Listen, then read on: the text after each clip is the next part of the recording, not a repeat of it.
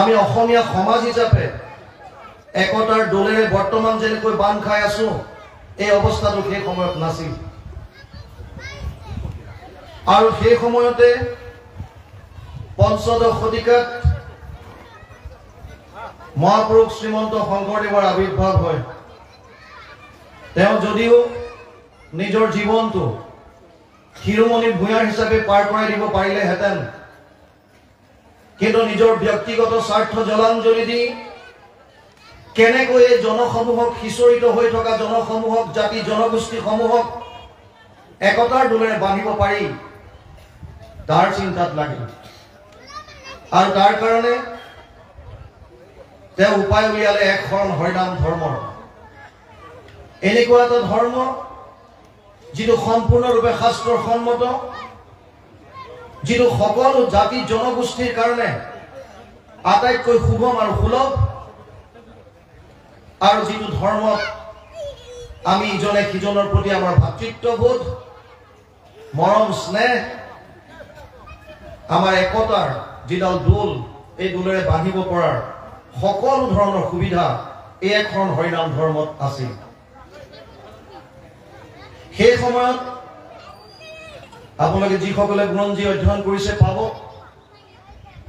দৈতাৰী ঠাকুৰৰ চৰিত পুথিত এটা প্ৰতিচ্ছবি সেই সময়ত দিছে।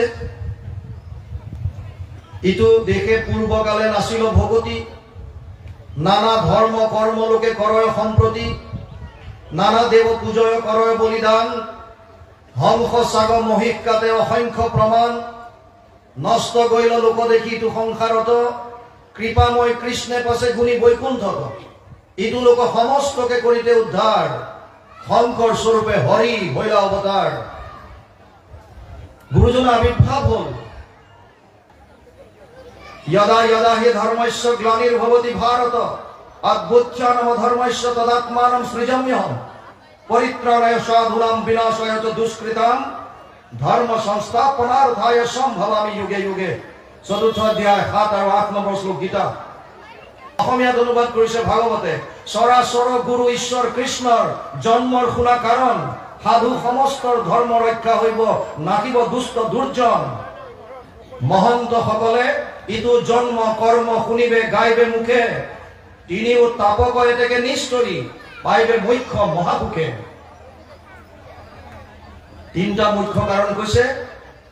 পৰিত্ৰাণায় সাধুনাম, সন্তসকলক ৰক্ষা কৰিবৰ কাৰণে, বিনাশায় চ দুষ্কৃতা, দুষ্কৃতিকাৰীক নাশ কৰিবৰ কাৰণে, ধৰ্ম সংস্থাপনাৰ্থায়, ধৰ্ম পুনৰ সংস্থাপন কৰিবৰ কাৰণে।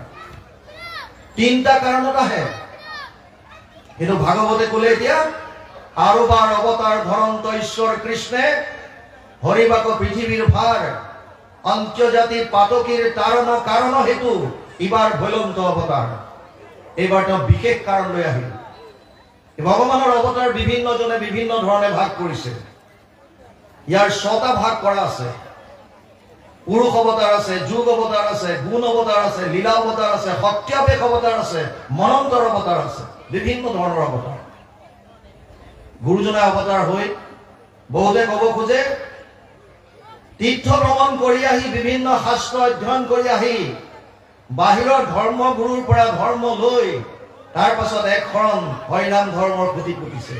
আমি তেওঁলোকক ক'ব খোজো, 12 বছৰ বয়সত আইতাক খেৰ খুঁটিৰ তাগিদাত পৰি মহেন্দ্ৰ কন্দলী টোলত ভৰ্তি হোৱাৰ পাছত 6 বছৰ মাত্ৰ বয়সত, 6 বছৰৰ ভিতৰত সমস্ত শাস্ত্ৰ অধ্যয়ন কৰি 19 বছৰ বয়সত চিহ্ন যাত্ৰাৰ ভাওনাৰ দ্বাৰাই এক শৰণ ধৰ্মৰ খুঁটি পুতিলে। এতিয়া ক'ত গৈছিল গুৰুজনা? তীৰ্থক্ষেত্ৰত। তেওঁ এক শৰণ হৰিনাম ধৰ্ম বিলাবলৈ গৈছে। এইটো সত্য। যেতিয়া আমাৰ দুজন ভকতৰ মিল হয়, আমি ইজনে সিজনৰ পৰা জ্ঞান লোৱাত একো বাধা নাই। তাৰ মানে এইটো নহয় যে গুৰুজনাই বাহিৰত গৈ পেলাই কিবা লৈ আহিবলগীয়া। তেওঁ ভগৱানৰ অৱতাৰ। বহুতে কৈছে গুৰুজনাক আমি ভগৱান বুলি নামানো। নালাগে মানিব, ভাল কথা।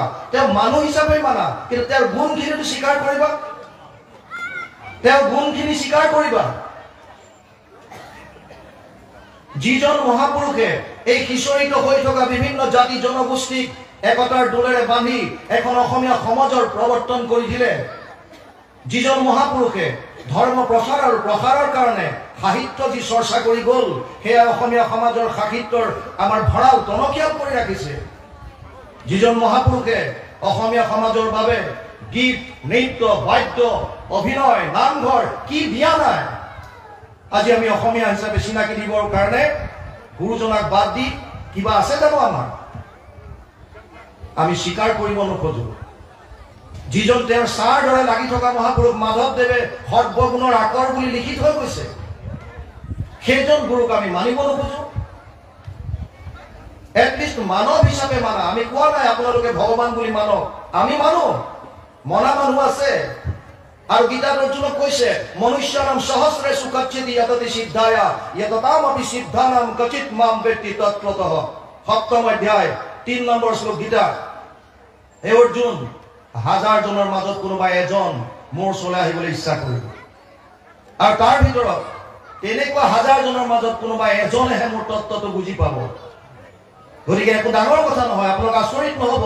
100 কোটি জন্মান্তৰে হৈ মহাভাগ নৰ শৰীৰক জীৱে তেবে পাৱে লাগ, তাকো যেবে মোৰ দায়া ভৈলা যাক প্ৰতি সেহিকে কৰিবে পাৰে আমাক ভগতি। আচৰিত নহব, আচৰিত নহব, নহাখিন নাই। কিন্তু যিটো সত্য, যিটো শুদ্ধ, সেই কথাটো আমি কোৱাটো আমাৰ কাৰণে উচিত। যি সময়ত গুৰুজনা অৱতৰিত হৈছিল, যিমানবিলাক ধৰ্মীয় শাস্ত্ৰ আছে ৰঙা কাপোৰেৰে মেৰিয়াই থৈ দিছিল। বহুদিনলৈকে আমাক চুব নাপায়, চাব নাপায়, গীতা পঢ়িব নাপায়, বৈৰাগ্যী হব, সন্যাসী হব, চকু ফুটি যাব। আমি কৈছিলো যিজন ভগৱান কৃষ্ণই গীতা কৈছে তেওঁৰ পত্নী 16,108 গৰাকী, তেওঁ ক'ত সন্যাসী? আৰু যিজনৰ আগত কৈছে অৰ্জুন, তেওঁ কেইবাগৰাকী পত্নী, আৰু শেষত তেওঁ যুদ্ধ কৰি পেলাই ৰাজ্য লৈছে। ক'ত বৈৰাগী হৈছে? এই যিমানবিলাক অন্ধবিশ্বাস আছিল, সমাজৰ অন্ধবিশ্বাসবিলাক আঁতৰাই গুৰুজনাই যি সংস্কৃত ভক্তি মাৰ্গৰ লগত যিমানবিলাক গ্ৰন্থৰ প্ৰয়োজন, এই গ্ৰন্থ নিজ হাতে শিৰোমণি ভূঞাৰ বাদ দি আমাৰ কাৰণে অনুবাদ কৰি থৈ গৈছে। যি সংস্কৃত ভাগৱত শুনিবৰ কাৰণে তীৰ্থক্ষেত্ৰত যাবলগীয়া আছিল, সেই ভাগৱত এতিয়া আমি ঘৰে ঘৰে শুনিব পাৰোঁ, আমাৰ নিজৰ ঘৰত আমি অধ্যয়ন কৰিব পাৰোঁ। সেইজন গুৰুক আমি আজি স্মৰণ কৰিবৰ কাৰণে ইয়াত আহিছোঁ। গতিকে কিমান তেওঁ মহান,